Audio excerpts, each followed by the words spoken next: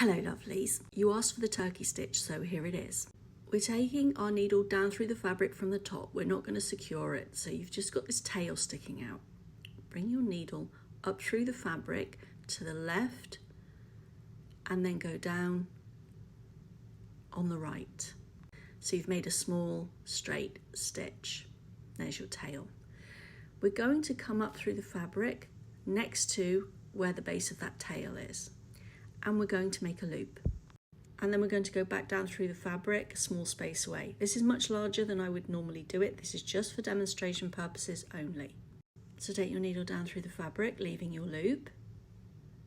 Hold on to the loop, it really helps. You can just press your finger on it and hold it in place. And bring your needle up through the fabric at the end of the first straight stitch. And then you're going to do a small straight stitch again over the base of where that loop goes back into the fabric. Bring your needle back up through the fabric next to the end of that first loop. We're going to do another loop. So leave a space, go back down through the fabric, hold your loop, and then you're going to bring your needle back up through the fabric at the end of that straight stitch.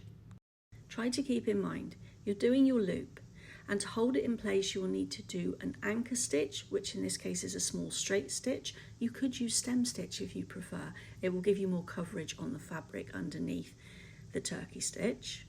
But it's this chain of loop, anchor stitch, loop, anchor stitch, loop, anchor stitch. You would finish this off like you normally finish off your stitches by taking the needle through to the back, and I like to run my needle underneath a couple of the stitches in the back. You will then trim this. So take your scissors through, slide them up to the top and snip.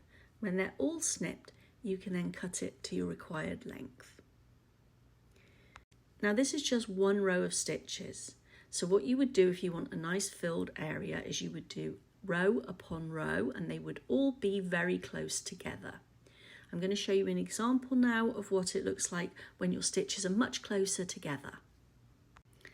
The next example is the one where it will look much fluffier and much more of a filler. Perfect for grass or even the butt on a bumblebee. Happy stitching.